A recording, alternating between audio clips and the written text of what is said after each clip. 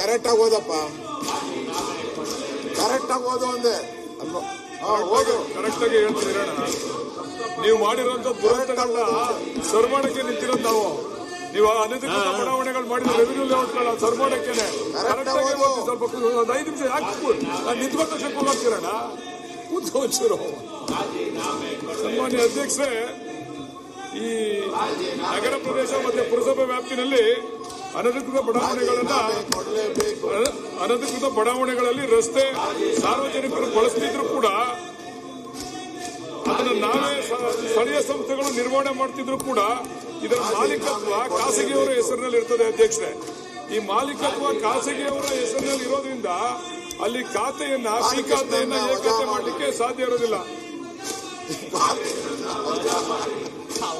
ಅದರಿಂದ ಅಧ್ಯಕ್ಷರೇ, ಈ ಒಂದು ತಿದ್ದುಪಡಿಯನ್ನ ನಾವು ತಂದಿದ್ದೇವೆ. ಈ ತಿದ್ದುಪಡಿಯಲ್ಲಿ ಈ ಖಾಸಗಿ ರಸ್ತೆಗಳು ಮತ್ತೆ ಚರಂಡಿಗಳು ದುಸ್ಥಿತಿಯಲ್ಲಿದ್ದಂತಹ ಸಂದರ್ಭದಲ್ಲಿ ಜನಗಳ ಆರೋಗ್ಯ ಮತ್ತೆ ಸುರಕ್ಷತೆಗೆ ಅಪಾಯ ಉಂಟು ಮಾಡತಕ್ಕಂತ ಸಂದರ್ಭದಲ್ಲಿ ಆಯುಕ್ತರು ಮತ್ತೆ ಅಥವಾ ಮುಖ್ಯಾಧಿಕಾರಿಗಳು ಸ್ವಯಂ ಪ್ರೇರಿತವಾಗಿ ಮಧ್ಯಪ್ರವೇಶ ಮಾಡಿ ಅದನ್ನ ತಮ್ಮ ವಶಕ್ಕೆ ಪಡೆದು ಅದನ್ನ ಸರ್ಕಾರದ ಪುರಸಭೆ ಹೆಸರಿಗೆ ನೋಂದಣಿ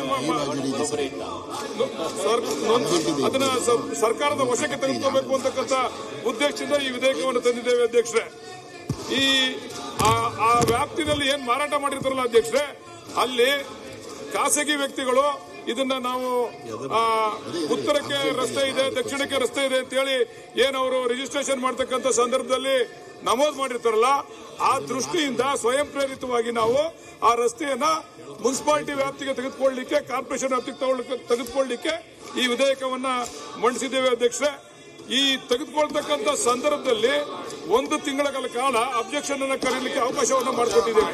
ಅವ್ರೇನಾದ್ರೂ ಕೂಡ ಅಬ್ಜೆಕ್ಷನ್ ಅನ್ನು ಮಾಡಿದ್ರೆ 1 ತಿಂಗಳು ಅವಕಾಶ ಇರ್ತದೆ. ಅದಕ್ಕೆ ಅಬ್ಜೆಕ್ಷನ್ಗೆ 1 ತಿಂಗಳು ಅವಕಾಶ ಇರ್ತದೆ. ಅಧ್ಯಕ್ಷರೇ, ಅವ್ರೇನಾದ್ರೂ ಕೇಳಬಹುದು. ಇದರ ಉದ್ದೇಶ ಏನು ಅಂದ್ರೆ ಅಧ್ಯಕ್ಷರೇ, ಇದರ ಉದ್ದೇಶ ಏನು ಅಂದ್ರೆ ಅಧ್ಯಕ್ಷ, ಪ್ರಮುಖವಾಗಿ ಅದಕ್ಕೆ ಯಾವುದೇ ಪರಿಹಾರವನ್ನು ಕೂಡ ಅವ್ರು ಕೇಳಲಿಕ್ಕೆ ಸಾಧ್ಯ ಇಲ್ಲ. ಯಾತಕ್ಕೋಸ್ಕರ ಸಾಧ್ಯ ಇಲ್ಲ ಅಂತಂದ್ರೆ, ಅವರಿಗಾಗಲೇ ಇಲ್ಲೀಗಲ್ ಆಗಿ ಲೇಔಟ್ಸ್ಗಳನ್ನ ಮಾಡಿ ಅದರಿಂದ ಹಣ ಕೊಡ್ತಿದ್ದಾರೆ. ಅದರಿಂದ ಆ ಒಂದು ರಸ್ತೆಗಳ ಮೇಲೆ ಅವ್ರಿಗೆ ಹಕ್ಕಿರೋದಿಲ್ಲ. ಅದರಿಂದ ಆ ರಸ್ತೆಗೆ ಯಾವುದೇ ಪರಿಹಾರವನ್ನು ಕೊಡಲಿಕ್ಕೆ ಸಾಧ್ಯ ಇಲ್ಲ ಅಂತಕ್ಕಂಥದ್ದನ್ನ ಮಂಡಿಸಲಿಕ್ಕೋಸ್ಕರ ಈ ಒಂದು ವಿಧೇಯಕವನ್ನ ಮಂಡಿಸ್ತಾ ಇದ್ದೀವಿ. ಅಧ್ಯಕ್ಷ, ಈಗ ಆ ವಿಚಾರವಾಗಿ ಕೆಲವು ಬಡಾವಣೆಗಳಲ್ಲಿ ಈಗೇನಾಗಲೇ ಚರಂಡಿ ಮಾಡಿರ್ತಾರಲ್ಲ, ನೀರು ಹೊರಗಡೆ ಹೋಗಕ್ಕೆ ಆಸ್ಪದ ಇರಂಗಿಲ್ಲ, ಅಂತವಕ್ಕೆ ಏನ್ ಮಾಡ್ತೀರಿ? ಇಲ್ಲಿ ಸರಿಯಾದ ಬಡಾವಣೆ ಮಾಡಿಲ್ಲ, ಚರಂಡಿ ಮಾಡಿಲ್ಲ. ಇದು ಸಾರ್ವಜನಿಕರ ಆರೋಗ್ಯದ ಮೇಲೆ, ಆ ಸಾರ್ವಜನಿಕರ ಓಡಾಡ್ತಿರ್ತಕ್ಕಂಥ ಸಂದರ್ಭದಲ್ಲಿ ತೊಂದರೆ ಉಂಟು ಮಾಡ್ತದೆ ಅಂತಕ್ಕಂಥ ಉದ್ದೇಶ ಇಟ್ಕೊಂಡೆ ಇದನ್ನ ನಾವು ಪುರಸಭಾ ವ್ಯಾಪ್ತಿಗೆ ಮತ್ತೆ ಕಾರ್ಪೊರೇಷನ್ ವ್ಯಾಪ್ತಿಗೆ ತಗೋಬೇಕು ಅಂತಕ್ಕಂಥ ಚರಂಡಿ ನೀರು ಮುಂದಾಡ್ಸಕ್ಕೆ ಅದು ರೆವಿನ್ಯೂ ಜಾಗ ಬಿಟ್ಟು ಬಾಕಿ ವ್ಯಾಪ್ತಿಗೆ ಅದು ನಮ್ಮ ವ್ಯಾಪ್ತಿಗೆ ಬರಲ್ಲ. ಪಟ್ಟಣ ಪಂಚಾಯತಿ ವ್ಯಾಪ್ತಿಗೆ ಬರ್ತದೆ. ಅದೇ ನಮ್ಮ ವ್ಯಾಪ್ತಿಗೆ ಬಂದಿರ್ತದಕ್ಕೆ ಮಾತ್ರ ನಾವು ತಂದಿರ್ತಕ್ಕಂಥದ್ದು ಕಾನೂನು. ಈಗ ವಿಧೇಯಕವನ್ನ ಖಂಡವಾಗಿ ಮತಕ್ಕೆ ಹಾಕುತ್ತೇನೆ. 2ನೇ ಕಂಡು ವಿಧೇಯಕದ ಅಂಗವಾಗಿರಬೇಕು ಎನ್ನುವುದು ಸಭೆಯ ಮುಂದಿರುವ ವಿಷಯ. ಪ್ರಸ್ತಾವದ ಪರವಾಗಿರುವವರು ಹೌದು ಎಂದು ಸೂಚಿಸಬೇಕು. ಪ್ರಸ್ತಾವ ವಿರೋಧವಾಗಿರುವವರು ಇಲ್ಲ ಎಂದು ಸೂಚಿಸಬೇಕು. ಪ್ರಸ್ತಾವವು ಹೌದು ಎನ್ನುವರ ಪರವಾಗಿದೆ ಎಂದು ಭಾವಿಸುತ್ತೇನೆ. ಪ್ರಸ್ತಾವವು ಹೌದು ಎನ್ನುವರ ಪರವಾಗಿದೆ. ಪ್ರಸ್ತಾವಕ್ಕೆ ಒಪ್ಪಿಗೆ ದೊರೆತಿದೆ.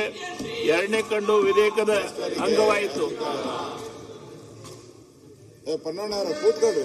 1ನೇ ಕಂಡ ಹೆಸರು ಮತ್ತು ಅವತರಣಿಕೆ ವಿಧೇಯಕದ ಭಾಗವಾಗಿರಬೇಕೆಂಬುದು ಸಭೆಯ ಮುಂದಿರುವ ವಿಷಯ. ಪ್ರಸ್ತಾವದ ಪರವಾಗಿರುವವರು ಹೌದು ಎಂದು ಸೂಚಿಸಬೇಕು. ಪ್ರಸ್ತಾವ ವಿರೋಧವಾಗಿರುವವರು ಇಲ್ಲ ಎಂದು ಸೂಚಿಸಬೇಕು. ಪ್ರಸ್ತಾವ ಹೌದು ಎನ್ನುವರ ಪರವಾಗಿದೆ ಎಂದು ಭಾವಿಸುತ್ತೇನೆ. ಪ್ರಸ್ತಾವವು ಹೌದು ಎನ್ನುವರ ಪರವಾಗಿದೆ. ಪ್ರಸ್ತಾವವು ಅಂಗೀಕರಿಸಲ್ಪಟ್ಟಿದೆ. 1ನೇ ಕಂಡ ಮತ್ತು ಹೆಸರು ಮತ್ತು